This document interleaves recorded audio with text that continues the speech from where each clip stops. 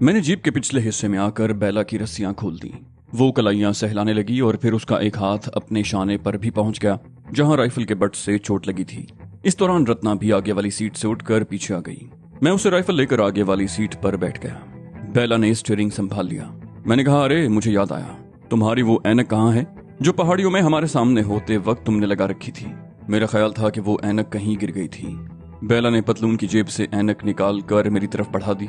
बोली, ये रही। उसके होंठों पर खफीफ सी मुस्कुराहट थी। मैं उससे ऐनक लेकर कुछ देर उसे उलट पलट कर देखता रहा और फिर गैर इरादी तौर पर उसे आंखों पर लगा लिया। उसके साथ ही मैं उछल पड़ा। सामने सड़क पर तो जीप के हेडलैंप्स की रोशनी थी, लेकिन दाएं बाएं अंधेरा था। मगर ऐनक लगाते ही मुझे यूं लगा जैसे अचानक ही दिन निकल आया हो। चारों तरफ तेज रोशनी फैल गई। मैंने ऐनक उतार ली, फिर वही अंधेरा था। चंद लम्हों के बाद मैंने ऐनक दोबारा लगा ली और फिर अतराफ में रोशनी सी फैल गई। मैं जिस तरफ भी देखता दिन जैसी रोशनी नजर आती। अब ये बात मेरी समझ में आ गई थी कि उन पहाड़ियों में जब मैं और रत्ना कार में बैठे हुए थे तो बेला हमारी हर हरकत को किस तरह देख रही थी। मैंने ऐनक उतार कर बेला की तरफ देखा। कहा, ये ऐनक? वो मुस्कुराते हुए बोली, रूस की बनी हुई है। अफगानिस्तान में रूसी फौजी ये इस्तेमाल करते थे ताकि रात की तारीकी में भी अफगान मुजाहिदीन पर निगाह रखी जा सके। हमें भी मॉस्को ने ये ऐनकें बड़ी तादाद में तोहफे में दी हैं। हमारे सरहदी मुहाफिज ये ऐनकें इस्तेमाल करते हैं। इस तरह वो रात की तारीकी में भी सरहद के दूसरी तरफ दूर दूर तक देख सकते हैं। मैं एक बार फिर ऐनक को उलट पलट कर देखने लगा। उस वक्त जीप कस्बे के करीब पहुंच रही थी। बेला ने रफ्तार हल्की कर दी। कस्बे की आबादी सड़क के दोनों तरफ फैली हुई थी। दाएं बाएं की गलियों में दुकानें होंगी, मगर मरकजी बाजार यही था जिस तरफ हमारी जीप बढ़ रही थी। बेला का कहना दुरुस्त साबित हुआ था। बहुत से लोग सड़क पर खड़े हमारी जीप की तरफ ही देख रहे थे। उस तरफ शायद रात के वक्त कोई गाड़ी नहीं आती थी। उन लोगों को यकीनन तजस्सुस होगा कि रात के वक्त सफर करने वाले कौन लोग हैं। आगे एक छोटा सा चौराहा था जिसके वस्त में एक 2-2.5 फुट ऊंचा वसी चबूतरा बना हुआ था। चबूतरे पर मालचियों का कब्जा था। चटाइयां बिछी हुई थी और कई लोग मालिश करवा रहे थे। जीप अभी उस चबूतरे से कुछ दूर ही थी कि एक आदमी अचानक ही किसी तरफ से निकल कर सामने आ गया। बेला को अचानक ही ब्रेक लगाने पड़े। मैं भी अपनी सीट पर उछल कर रह गया। वो एक पुलिस कांस्टेबल था।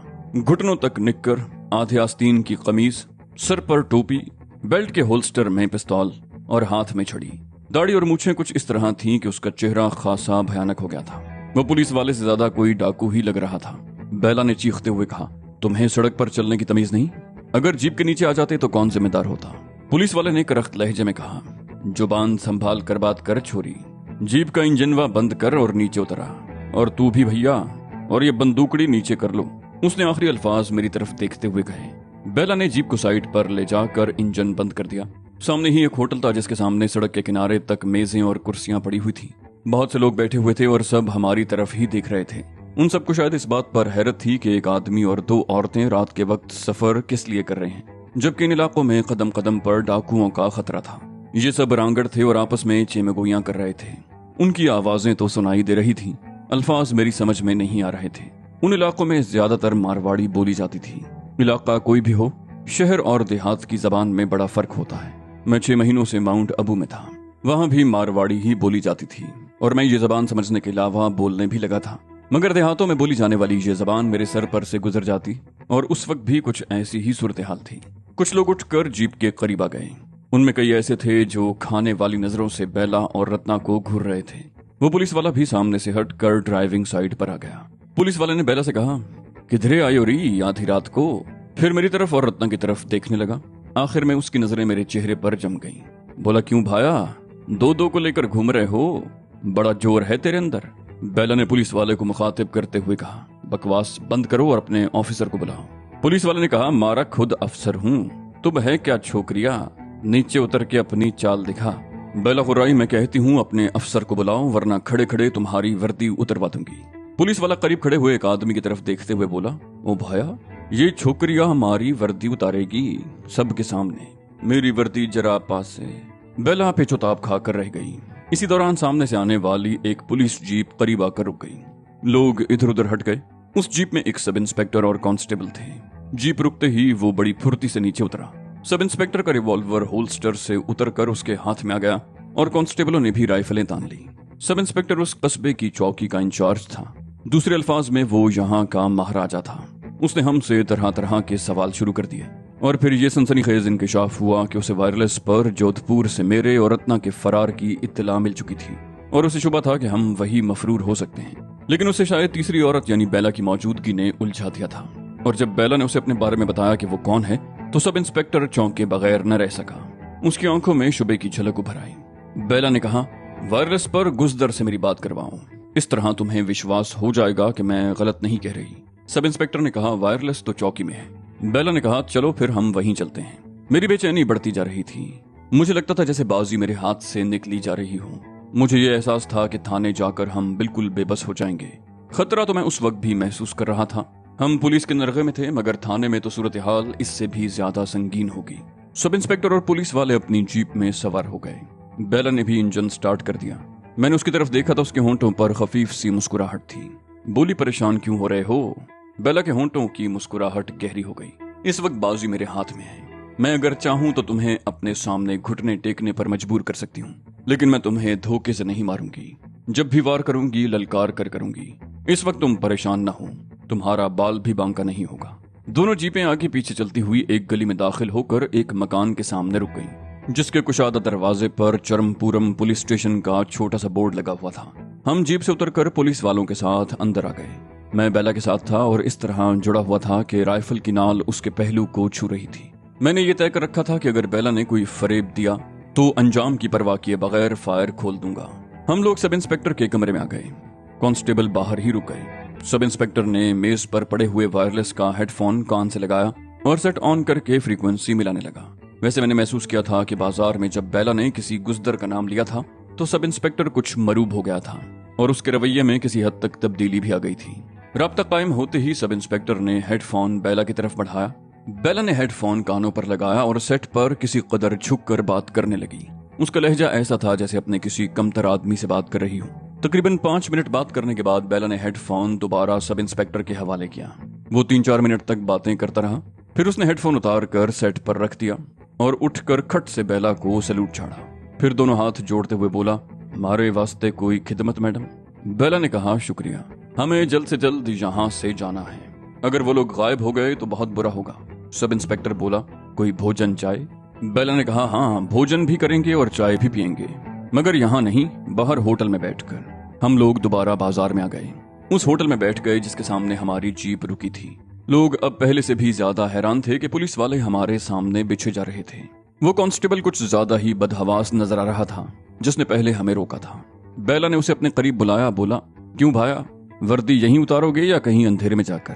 पुलिस वाला बेला के कदमों में गिर गया, बोला, हमारे को माफ कर दो मैडम। बेला के होंठों की मुस्कुराहट गहरी हो गई। बोली, जाओ, माफ किया, आइंदा किसी के साथ ऐसे बात मत करना। कांस्टेबल ने कहा, नहीं करूंगा।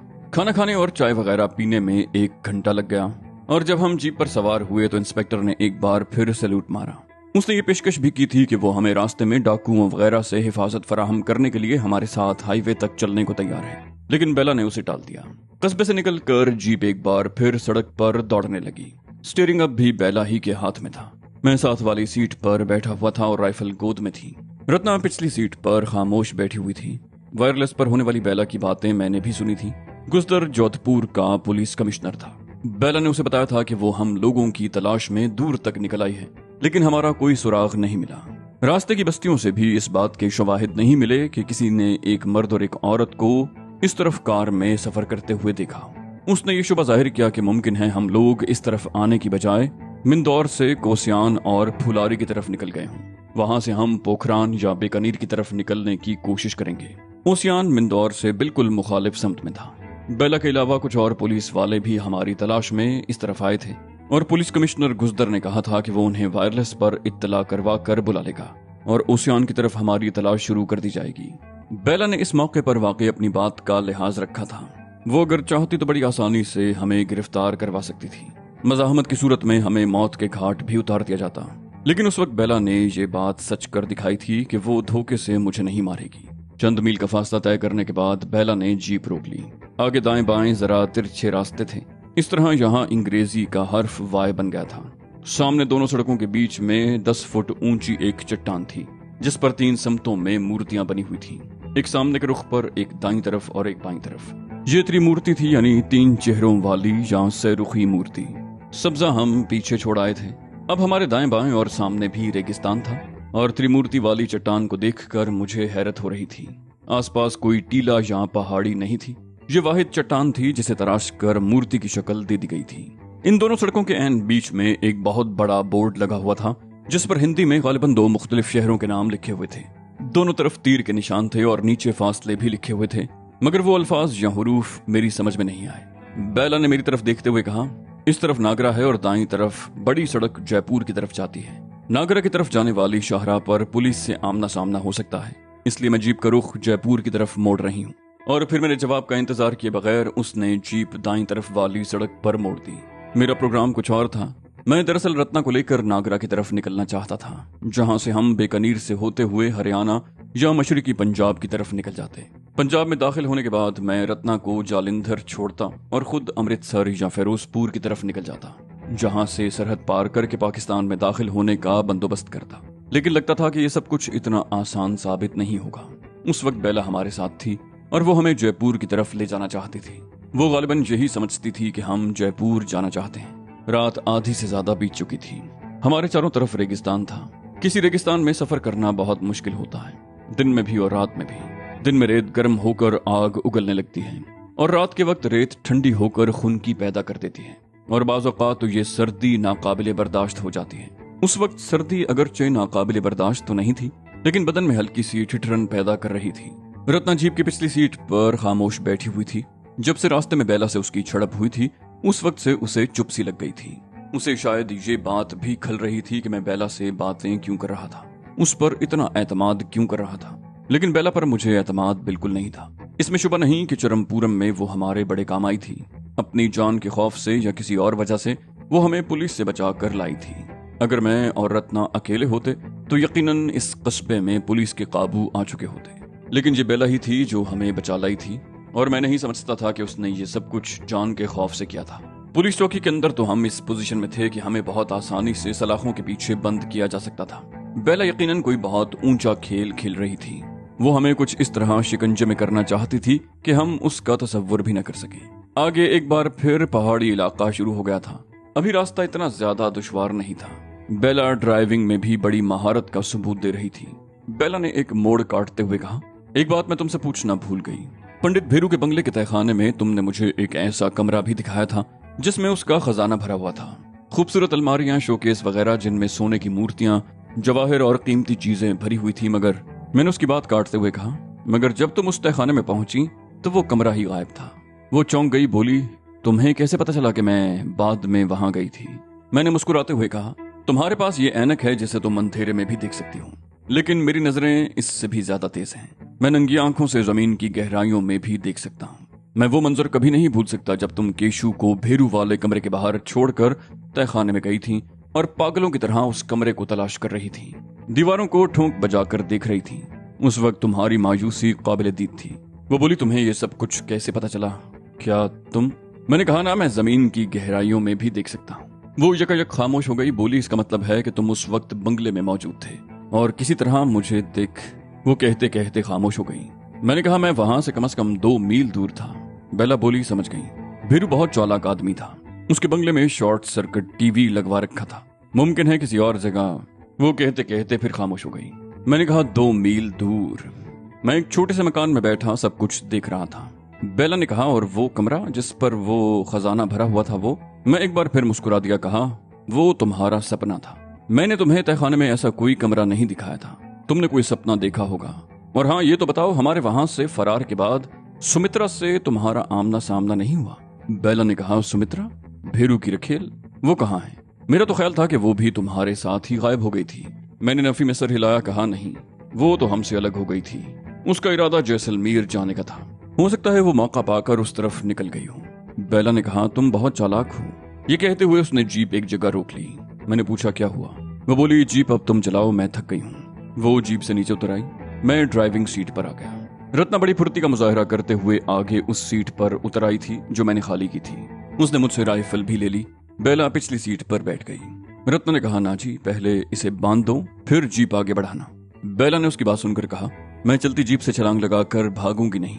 इन पहाड़ियों में खूंखार भेड़ियों की खुराक बनने से तो बेहतर है कि नाजी के हाथों ही मर जाऊं। रत्ना बोली, बहुत शौक है नाजी के हाथों मारे जाने का।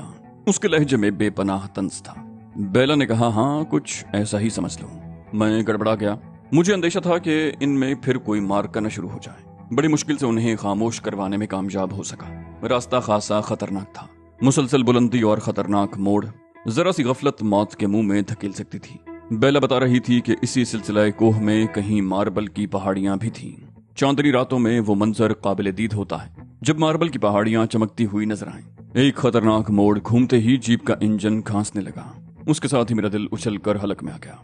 अगर इन पहाड़ियों में जीप खराब हो गई तो रात का बाकी हिस्सा हमें यहीं गुजारना पड़ेगा और शायद सुबह भी देर तक कोई मदद मिलने का इम्कान नहीं। जीप की रफ्तार बतदरीज कम होती चली गई। मैं उसे सड़क के किनारे पर ले गया। सड़क के एक तरफ चट्टानें थीं और दूसरी तरफ खतरनाक ढलान, जहां चाबचा बड़े बड़े चट्टानी पत्थर भी नजर आ रहे थे। मैंने डैशबोर्ड की तरफ देखा। फ्यूल बताने वाली सुई ई पर साकित हो चुकी थी। मेरे मुंह से बेख्तियार निकला, फ्यूल खत्म हो चुका है। रत्ना ने पूछा, क्या हुआ?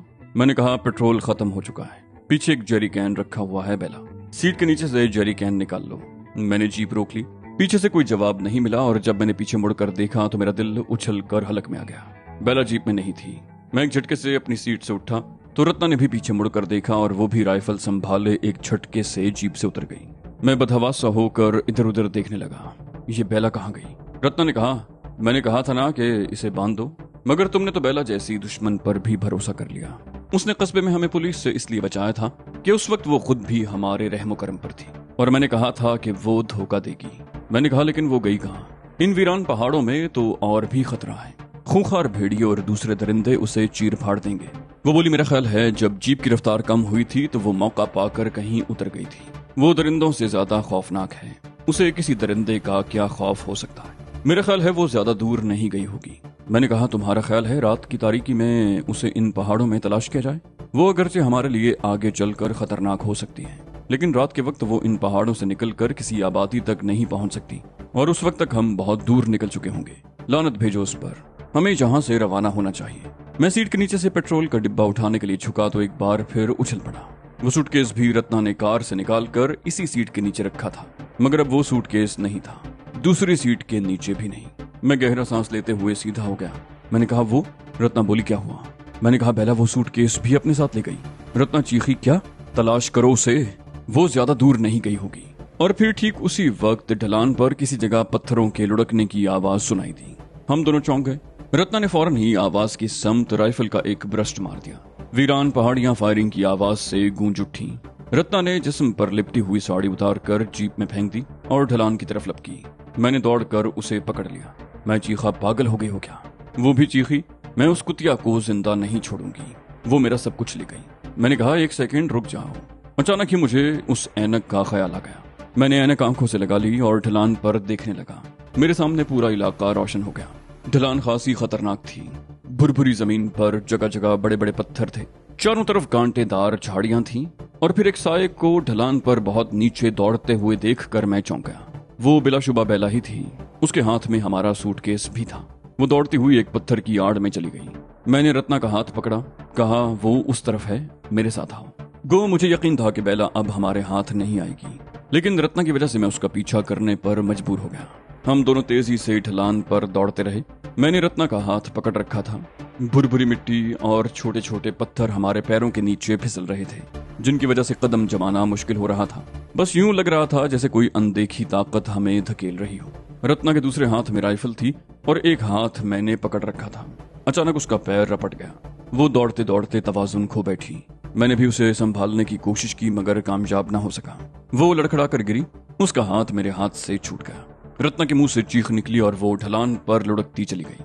मैंने छलांग लगा दी। पहले मेरी एड़ियां जमीन पर लगी जो चंद इंच भुरभुरी जमीन में धंस गईं और फिर मैं उसी ढलान पर इस तरह फिसलता चला गया जैसे किसी तफरीगाह में बहुत ऊंची स्लाइड से फिसल रहा हूं। मेरे साथ मन्नों के हिसाब से मिट्टी और पत्थर भी लुढ़क रहे थे। रत्ना मुझसे चंद फुट दाईं तरफ थी और वो पहलू के बल लुढ़क रही थी। उसके मुंह से हल्की हल्की चीखें अब भी निकल रही थी। करीब पहुंचकर मैंने उसका हाथ पकड़ लिया और अपने आप को भी रोकने की कोशिश की और मेरी ये कोशिश तकरीबन 10 गज मजीद नीचे जाकर कामयाब हो सकी। मैंने रत्ना को सहारा देकर उठाया तो वो बुरी तरह कर्रा उठी। ऐनक मेरी आंखों पर मौजूद थी। मैं रत्ना को दोनों बाहों से पकड़कर उसका जायजा लेने लगा। उसके बाजू और टांगों पर पत्थरों पर लुढ़कने से रगड़ लगी थी। कांटेदार झाड़ियों से जिस्म पर कई जगह खराशें पड़ गई थी। उसने अपने आप को संभालते हुए कहा, कहाँ गई है वो? मैं उस कमीनी को जिंदा नहीं छोड़ूंगी। मैंने कहा, मैंने उसे उस तरफ पत्थरों के पीछे जाते हुए देखा था। सूटकेस भी उसके हाथ में था, मगर राइफल कहाँ है? रत्ना बोली, वो कहीं गिर गई है। मैंने पहले इधर उधर देखा और फिर ढलान पर ऊपर की तरफ देखने लगा, जहां से रत्ना लुढ़कती हुई आई थी।